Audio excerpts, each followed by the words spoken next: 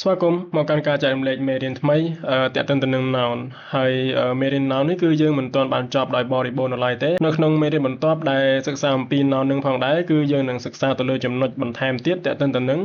number of noun អញ្ចឹង number នេះគឺយើងប្រែថាវចនៈអញ្ចឹងវចនៈនេះជាអីគេគឺជាពាក្យប្រាប់អំពីចំនួននឹងឯងអញ្ចឹងយើងមានឯកមានពហុអញ្ចឹងណាទៅតាមប្រភេទរបស់វាអញ្ចឹងចូលមកដល់ត្រង់ចំណុចនេះគឺយើងនឹងសិក្សាទៅលើថាតើអ្វីទៅជាវចនៈអញ្ចឹងដូចបានជម្រាបពីខាងដើមអញ្ចឹងថា number គឺយើងប្រែថាវចនៈអញ្ចឹងថាតើអ្វីទៅគឺជាវចនៈយើងអាចត្រឡប់មកមើលនិយមន័យនៅខាងក្រោមនេះអញ្ចឹងបើយើងទៅតាម Oxford Advanced Learner Dictionary របស់ពុម្ពលើកទី9បានកំណត់និយមន័យទៅលើ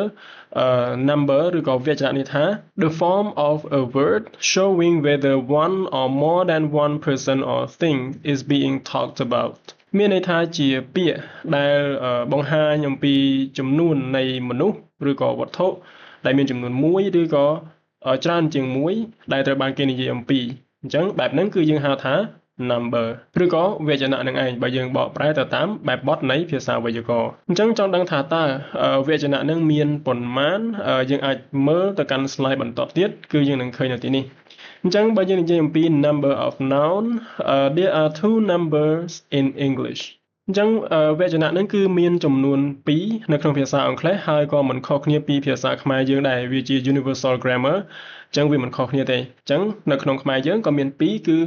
singular និង plural អញ្ចឹង singular គឺឯកវចនៈហើយដល់ពេល plural គឺពហុវចនៈអញ្ចឹងទៅអញ្ចឹងនិយាយឲ្យខ្លីមកគឺ number របស់យើងឬក៏វចនៈរបស់យើងគឺមាន2 singular ហើយនិង plural អញ្ចឹង singular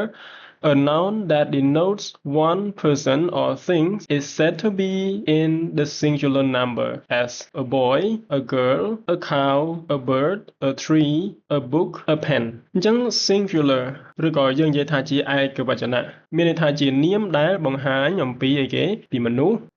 ពីវត្ថុហើយមានចំនួនប្រមាណគឺមានចំនួនតែមួយនេះ one អញ្ចឹងមិនថាមនុស្សឬក៏សត្វឬក៏វត្ថុអីទេដែលវាមានចំនួនតែមួយបែបហ្នឹងគឺត្រូវបានចាត់ទុកថាជា singular number ឬក៏យើងនិយាយថាជាឯកវចនៈហ្នឹងឯងឧទាហរណ៍ដូចជាពាក្យអីគេខ្លះនេះដូចជាពាក្យថា a boy អញ្ចឹងហ្នឹងគឺមួយហ្នឹងឯងក្មេងប្រុសម្នាក់ a girl ក្មេងស្រីម្នាក់ a cow គោមួយក្បាលអញ្ចឹងទៅ a bird ចាបឬក៏បក្សីមួយក្បាល a tree ដើមឈើមួយដើមអញ្ចឹងទៅ a book សភៅមួយក្បាលប៉ុន្តែក្បាលមួយសភៅគឺខុសគ្នាណាដូចជាពាក្យថា a pen អញ្ចឹងប៊ិចមួយដើមអីអញ្ចឹងណាអញ្ចឹងយើងឃើញថាចំនួនវាគឺមានតែមួយទេអញ្ចឹងនាមទាំងអស់នឹងឯងយើងហៅវាថាជា singular noun ឬក៏យើងនិយាយថាជាឯកវចនៈនឹងឯងសម្រាប់វចនៈទី2របស់យើងគឺ plural នេះគឺមានន័យថាពហុវចនៈដូច្នេះពហុវចនៈឬក៏ plural a noun that denotes more than one person or thing is said to be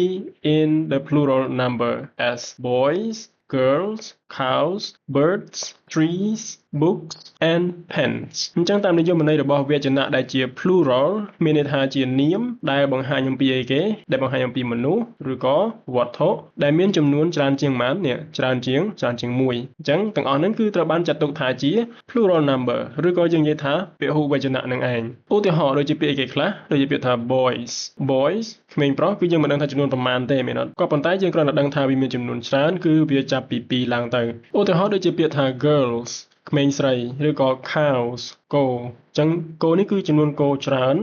យើងមិនដឹងថាប្រមាណក្បាលទេដោយសារតែអត់មានចំនួនជាក់លាក់ក៏ប៉ុន្តែយើងគ្រាន់តែដឹងថាវាជាពហុវចនៈមានន័យថាវា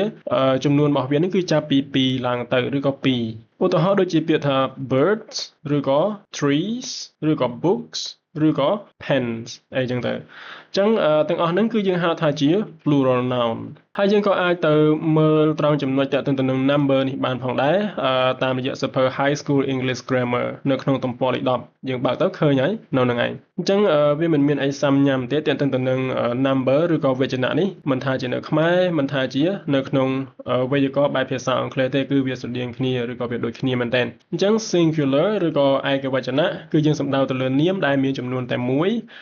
ចំណែកឯ plural ឬក៏ពហុវចនៈគឺយើងសំដៅទៅលើនាមដែលមានចំនួន2ឬក៏ចាប់ពី2ឡើងទៅហើយសំណួរសួរថាតើហេតុអ្វីយើងគួររៀនទៅលើវចនៈឬក៏ number ហ្នឹងមូលហេតុគឺដោយសារតែ យើងត្រូវដឹងអំពីវចនៈរបស់វាងាយស្រួលនៅក្នុងការប្រើប្រាស់ទៅលើ subject and verb agreement ចឹងបើយើងអត់ស្គាល់ពីអានឹងទេក៏វាមានការពិបាកខ្លាំងដែរនៅពេលដែលយើងប្រើជាមួយនឹងកិរិយាសព្ទព្រោះនៅក្នុងភាសាអង់គ្លេសកិរិយាសព្ទក៏វាប្រែប្រួលទៅតាមប្រភេទនៃ subject បើសិនជា subject ជា singular គឺយើងប្រើជាមួយនឹងកិរិយាសព្ទបែបផ្សេងហើយជាមួយនឹងប្រធានដែលជា plural ក៏យើងមានការប្រើប្រាស់បែបផ្សេងផងដែរអញ្ចឹងបាទយើងត្រូវការចេះទៅលើ number ហ្នឹងមួយទៀតបន្តអំពីយើងបានសិក្សាឬក៏ស្វែងយល់ទៅលើ number ឬក៏វចនៈនេះហើយគឺយើងនឹងទៅសិក្សានៅមេរៀនបន្តទៀតដែលទាក់ទងទៅនឹង how to pluralize the noun គឺអំពីរបៀបដែលយើងបំលែងនាមឬក៏ធ្វើនាមនឹងឲ្យទៅជាពហុវចនៈចឹងនៅក្នុងភាសាអង់គ្លេសគឺវាមានបែបបទរបស់វាហើយយើងនឹងទៅសិក្សាអំពីមេរៀនទាំងអស់នោះនៅក្នុងវីដេអូបន្ទាប់លម្អិតម្ដងមួយតែម្ដងអញ្ចឹងសម្រាប់វីដេអូនេះគឺខ្លីប៉ុណ្ណឹងសរុបមកពាក្យថា number នៅក្នុងភាសាអង់គ្លេសតាមបែបបទវេយ្យាករណ៍គឺយើងប្រើថាវចនៈហើយវចនៈនេះគឺមានចំនួន2គឺ singular ហើយនិង plural Bye bye